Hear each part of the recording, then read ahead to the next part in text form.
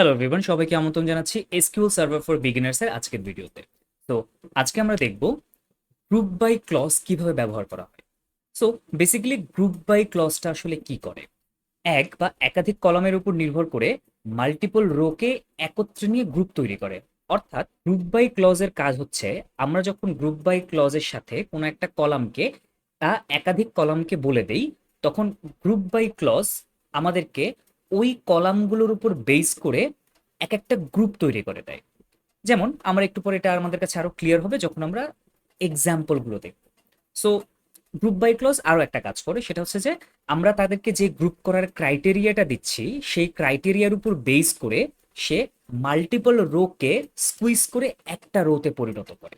ধরুন আমাদের কাছে যে প্রোডাক্ট টেবিলটা ছিল, সেই প্রোডাক্ট টেবিলটাকে আমরা একটু দেখে আসি। সো ধরে নিই এই হচ্ছে আমাদের সেই একটা একটা টেবিল, প্রোডাক্ট টেবিল, যেখানে প্রোডাক্ট আইডি আছে, আমি এখানে উল্লেখ করিনি, product name, brand name, receive date, available stock এবং প্রাইস আছে। এই মুহূর্তে আমরা দেখতে পাচ্ছি এখানে ব্র্যান্ড নেম বেশ খানিকটা কমন, অর্থাৎ আমরা ব্র্যান্ডে Logitech, Apple, Samsung, Apple, Logitech, মোটামুটি তিনটা ব্র্যান্ড দেখতে পাচ্ছি, লজিটেক, অ্যাপল এবং স্যামসাং। আমরা যদি এখানে ব্র্যান্ড নেমের উপরে গ্রুপ বাই করি তাহলে কি হওয়ার কথা, আমরা একটু আগে দেখেছি যে এক বা একাধিক কলামের উপর নির্ভর করে, অর্থাৎ প্রোডাক্ট টেবিলের ব্র্যান্ড যে কলামটা আছে সেই ব্র্যান্ড নেমের উপর নির্ভর করে মাল্টিপল রোকে একত্রে নিয়ে এক একটা গ্রুপ তৈরি করে। তাহলে এখানে আমি যখন গ্রুপ বাই করব ব্র্যান্ড নেমের উপরে, তখন যেটা হবে সেটা হচ্ছে যে লজিটেক ব্র্যান্ডের যে রো গুলো আছে সেগুলো একটা গ্রুপের আন্ডারে চলে যাবে, অ্যাপলের যে গ্রুপ রো গুলো আছে সেগুলো একদিকে যাবে, এবং স্যামসাং এর যে রো গুলো আছে সেগুলো এক একটা গ্রুপ হয়ে অন্যদিকে চলে যাবে। এবং তারপরে ওই গ্রুপের উপরে আমরা বিভিন্ন অপারেশন চালাতে পারবো। মূলত আসলে গ্রুপ বাইয়ের সাথে এগ্রিগেট ফাংশন গুলো ব্যবহার করা হয়, অর্থাৎ এগ্রিগেট অপারেশন গুলো করা হয়ে থাকে। সো এগ্রিগেট ফাংশন সম্পর্কে আমাদের যদি আইডিয়া না থাকে, ঠিক আমার আগের দুটো ভিডিও আছে এগ্রিগেট ফাংশনের উপরে, আমরা বেসিক্যালি জানি যে কাউন্ট, সাম, এভারেজ, মিন এবং ম্যাক্স এগুলো হচ্ছে আমাদের এগ্রিগেট ফাংশন। এই ফাংশনগুলো মূলত আমরা ব্যবহার করে থাকি গ্রুপ বাইয়ের সাথে। সো প্রোডাক্ট টেবিলটাকে আমরা যদি ব্র্যান্ড নেমের উপর ডিপেন্ড করে গ্রুপ করি তাহলে জিনিসটা অনেকটা দেখতে এমন হবে। লজিটেকের যে রো গুলো আছে সেগুলো মিলে একটা গ্রুপে পরিণত হবে, অ্যাপল গুলো একসাথে এবং স্যামসাং গুলো একসাথে। পরবর্তীতে আমি এদের উপর কি অপারেশন চালাবো এবং কিভাবে এদেরকে আমি একটা রোতে পরিণত করব, সেটা যখন আমরা প্র্যাকটিক্যাল এক্সাম্পল দেখবো আমাদের কাছে ক্লিয়ার হয়ে যাবে। সো এই হচ্ছে গ্রুপ বাইয়ের কাজ। গ্রুপ বাইয়ের কাজ কিছুই না, জাস্ট গ্রুপিং করে ফেলা, বিভিন্ন ক্রাইটেরিয়ার উপর ডিপেন্ড করে বা কলামের উপর নির্ভর করে জিনিসগুলো, জাস্ট রো গুলোকে আলাদা আলাদা গ্রুপ তৈরি করে ফেলি। তাহলে আমরা এখন আমাদের এসকিউএল সার্ভারে চলে যাই এবং দেখি গ্রুপ বাই কিভাবে এগ্রিগেট ফাংশনের সাথে কাজ করে। সো আমরা আমাদের এসকিউএল সার্ভারে চলে এসেছি এবং আমাদের এখানে একটা টেবিল আছে, প্রোডাক্ট টেবিল। সো আমরা যদি সেখান থেকে একটু দেখি যে প্রোডাক্ট টেবিলে কি কি ডাটা আছে। সো প্রোডাক্টস, একটা এলিয়াস দিচ্ছি পি। তো এখানে আমরা দেখতে পাবো যে মোটমাট 10টা ডাটা আছে। যারা আমার আগের ভিডিওগুলো ফলো করে এসেছেন, আমার এই প্রোডাক্ট টেবিলটা এখানে অন্য ডাটা ছিল। সো এই 10টা ডাটা আমি শুধুমাত্র এই এক্সাম্পলের জন্য ক্রিয়েট করেছি। তো এটার ইনসার্ট স্ক্রিপ্ট আমার ডেসক্রিপশনে দেওয়া। এই হচ্ছে আমার সেই টেবিলটা যেটা আমরা একটু আগে স্লাইডে দেখলাম। এখন এখানে আমি আসলে দেখতে চাই যে কি কি ব্র্যান্ড আছে। সো আমরা একটু শুধুমাত্র এখানে ব্র্যান্ড নেম গুলো সিলেক্ট করি। আমরা দেখতে পাবো আমাকে 10টা রোই দেখাচ্ছে, কারণ সে আসলে 10টা রো পেয়েছে, প্রতি রো থেকে আমাকে শুধু ব্র্যান্ডের নামগুলো দেখাচ্ছে। এখন আমি একটু এখানে গ্রুপ বাই ক্লজটা ব্যবহার করি। তো আমি যদি এখানে এখন লিখি গ্রুপ বাই, গ্রুপ বাই এর পরে আমরা আসলে একটা কলামের নাম দিই, তো গ্রুপ বাই ব্র্যান্ড নেম, তাহলে কি হবে? তো দেখতে পাচ্ছি যে আমরা 3টা রো পাচ্ছি। আমরা যদি একটু আগে আমাদের আগের কোয়েরিটা চালাই তাহলে আমরা দেখতে পাবো আমাদের 10টা রো ছিল, সেখান থেকে গ্রুপ বাই করার পরে 3টা রো হয়েছে। সো এখানে আসলে কি হচ্ছে, এখানে যখন আমি ব্র্যান্ড নেমের উপরে গ্রুপ করতে বলছি, এসকিউএল সার্ভার নিজে থেকে এই গ্রুপটা তৈরি করে, অর্থাৎ আমাদের যে 3টা অ্যাপল রো ছিল সেই 3টা অ্যাপল রোকে সে নেয়, নিয়ে একটা গ্রুপে পরিণত করে এবং কমন জিনিসগুলোকে সে স্কুইজ করে একটা রোতে পরিণত করে। এখন আমরা একটু দেখি এই ব্র্যান্ডের পরে আমরা যদি প্রোডাক্ট নেমটাও সিলেক্ট করি তাহলে কি হয়। তো এখানে আমাকে একটা এরর দেখাচ্ছে, বলছে যে column product name is invalid list because it doesn't contain any aggregate function or the group by clause. So ultimately আমরা যখন একটা নতুন একটা কলাম আনছি, সমস্যা কি হচ্ছে, গ্রুপ বাই এই ক্লজটা যখন অ্যাড করা হয়, এসকিউএল সার্ভার বাই ডিফল্ট চিন্তা করে যে এই রো এর উপরে, এই কলামের উপরে যে রো গুলো আসবে গ্রুপ করার পরে, সেই রো গুলোতে সিমিলার টাইপের ডেটা থাকবে এবং সেটাকে সে স্কুইজ করে একটা রো দেখানোর চেষ্টা করবে। কিন্তু ঝামেলা হচ্ছে যে অ্যাপল ব্র্যান্ডের সে 3টা রো পেলেও সে 3টা রোতে কিন্তু প্রোডাক্ট নেম প্রতিটাতে ডিফারেন্ট। সো আমরা যদি একটু শুধু নর্মাল সিলেক্ট কোয়েরিটা চালিয়ে দেখি, আমরা দেখবো যে এই যে অ্যাপল এখানে Apple magic keyboard, Apple magic mouse এবং অ্যাপল এয়ারট্যাগ লেদার, দুঃখিত এটা লেদার হবে, লেদার লুক হোয়াটএভার। তো তিনটা প্রোডাক্ট আলাদা। তো ও পুরো গ্রুপ বাইটা মিলে আসলে গ্রুপ বাই করতে মানে পুরোটাকে স্কুইজ করতে পারছেন। তাহলে কি করতে পারি? সো এখানে আমরা দুইটা সলিউশনে যেতে পারি। এক, আমাকে বলছে এই যে সলিউশনটা আমরা যদি একটু শেষের দিকে দেখি আমরা দেখতে পাবো যে because it is not contained in either aggregate function or group by clause, অর্থাৎ আমাকে এই প্রোডাক্ট নেমটাকে হয় গ্রুপ বাই ক্লজে অ্যাড করতে হবে অথবা এই প্রোডাক্ট নেমটাকে আমার কোনো একটা এগ্রিগেট ফাংশনের মধ্যে দিয়ে যেতে হবে। এখন আমরা একটু দেখি যে তাহলে এটাকে আমরা ডিরেক্টলি গ্রুপ বাই ক্লজে একটু অ্যাড করে দেই প্রোডাক্ট নেম। তো এখন আমরা যদি চালাই আমরা দেখতে পাবো যে আবার সেই 10টা রোই আসছে, কিন্তু এখানে তারা একটু সর্ট হয়ে গেছে। আচ্ছা, মূলত এখানে কি হচ্ছে আমরা একটু বোঝার চেষ্টা করি। আমি এই কুইরিটাকে বলেছি যে তুমি ব্র্যান্ড নেম এবং প্রোডাক্ট নেম এই দুইটার কম্বিনেশনের উপর ডিপেন্ড করে গ্রুপ তৈরি করো। তো এসকিউএল সার্ভার দেখে অ্যাপল এবং এয়ারট্যাগ লেদার লুপ এই কম্বিনেশনটা একটাই আছে, সুতরাং আমাকে এটা একটাই দেখাতে হবে। আমার যদি মাল্টিপল টাইমস অ্যাপল এবং এয়ারট্যাগ লেদার লুপ থাকতো তারা স্কুইজ হয়ে একটা রোতে পরিণত হতো। সুতরাং এখানে যেহেতু ব্র্যান্ড এবং প্রোডাক্ট নেম এই কম্বিনেশনটা প্রত্যেকটার জন্য আলাদা, তাই এসকিউএল সার্ভার আমাকে 10টা রোই দেখাচ্ছে। সো এখন আমরা একটু এখান থেকে সরিয়ে দিয়ে আমরা চেষ্টা করি যে এগ্রিগেট ফাংশন দিয়ে আসলে কিভাবে আমরা এটা সলভ করতে পারি। সো আমি চাচ্ছি না যে এই কম্বিনেশনের উপর ডিপেন্ড করে, মানে দুটো কলামের কম্বিনেশনের উপর ডিপেন্ড করে আমার গ্রুপ বাই হোক, গ্রুপ বাই শুধুমাত্র ব্র্যান্ড নেমের উপর ডিপেন্ড করেই হবে। তাহলে আমাকে এই যে এক্সট্রা কলামটা যেটা গ্রুপ বাই নেই এটাকে অবশ্যই কোনো একটা এগ্রিগেট ফাংশনে রাখতে হবে। অর্থাৎ গ্রুপ বাই ক্লজ ইউজ করলে আমাদেরকে মাথায় রাখতে হবে যে হয় আমি যতগুলো কলাম সিলেক্টে দিব তার প্রত্যেকটাকে হয় গ্রুপ বাইতে থাকতে হবে অথবা যেগুলো গ্রুপ বাই থাকবে না সেগুলোর উপরে কোনো একটা এগ্রিগেট ফাংশন অ্যাপ্লাই করতে হবে। তাহলে আমরা এটার উপর কি অ্যাপ্লাই এগ্রিগেট ফাংশন অ্যাপ্লাই করতে পারি, কোনটা রিজনেবল হতে পারে?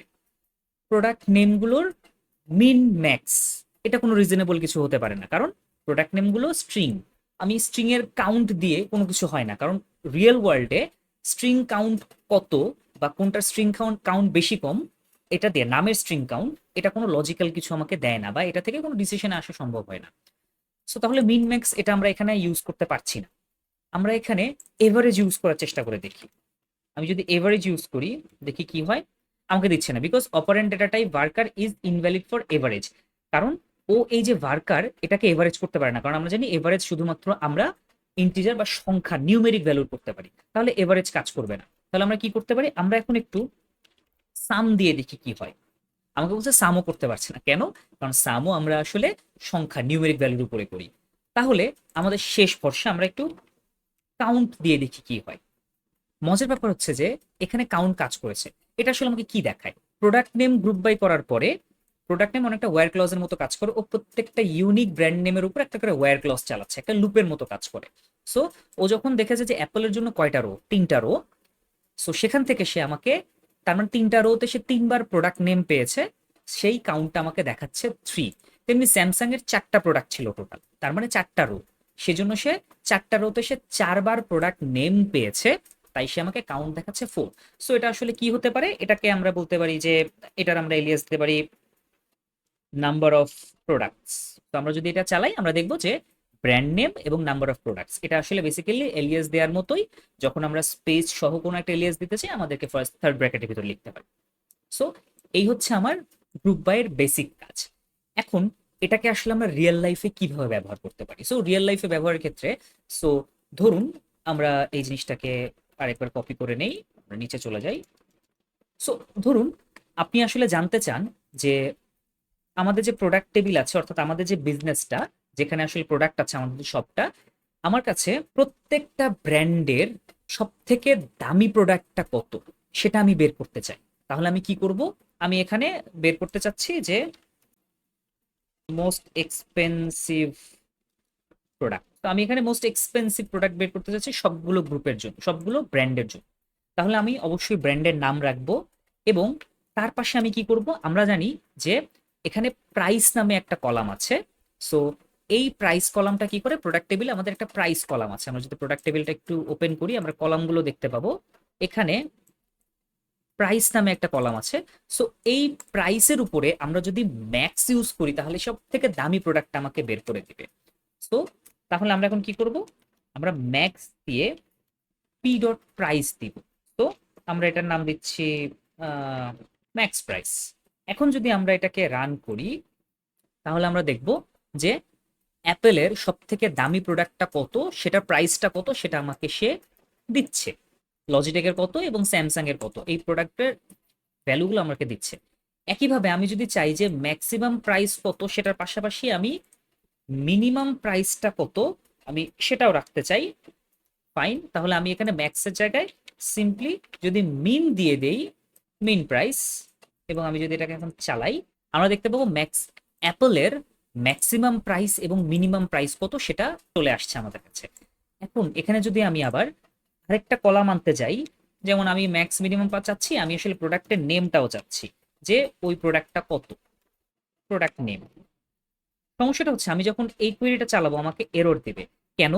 কারণ এগেইন ধরি অ্যাপেলের জন্য ও যখন গ্রুপ বাই করেছে, অ্যাপেলের জন্য 3টা রো পাচ্ছে, সেখান থেকে ও 3টা থেকে খুঁজে মিনিমাম আনছে, ম্যাক্সিমাম আনছে। এখন তো যেহেতু গ্রুপ বাই ক্লজ অলওয়েজ একটা রো দিবে, মানে একটা প্রোডাক্টের নাম আসবে, একটা প্রোডাক্টের নাম তো আসলে কখন দাম তো একই সাথে আসলে কখনো ম্যাক্সিমাম এবং মিনিমাম হতে পারে না। সো ও আসলে কোনোভাবেই 3টা নাম পাচ্ছে, 3টা রোতে 3টা নামকে কিভাবে একটাতে স্কুইজ করবে সেটা করতে পারছে না। সেজন্য ও আমাকে এরর দেখাচ্ছে এবং বলছে যে ভাই এটা গ্রুপ বাইতেও নাই, এটার উপরে কোনো এগ্রিগেট ফাংশনও নাই, তুমি কিছু একটা করো। তো আলটিমেটলি আমরা এই প্রবলেমটাতে করছি। তো এই হচ্ছে আমাদের গ্রুপ বাই এর কাজ। একইভাবে আমরা যদি চাই যে হ্যাঁ এটার পাশাপাশি আমরা আরো চাচ্ছি যে প্রত্যেকটা ব্র্যান্ডের মোট যে প্রোডাক্ট আছে সেই প্রোডাক্টের প্রাইসের যোগফলটা কত। সো আমরা প্রাইসের উপরে আরেকটা ভ্যালু দিয়ে আরেকটা দিয়ে দিচ্ছি। সো এটা হচ্ছে আমরা এটার নাম দেই টোটাল প্রাইস, টোটাল প্রাইস।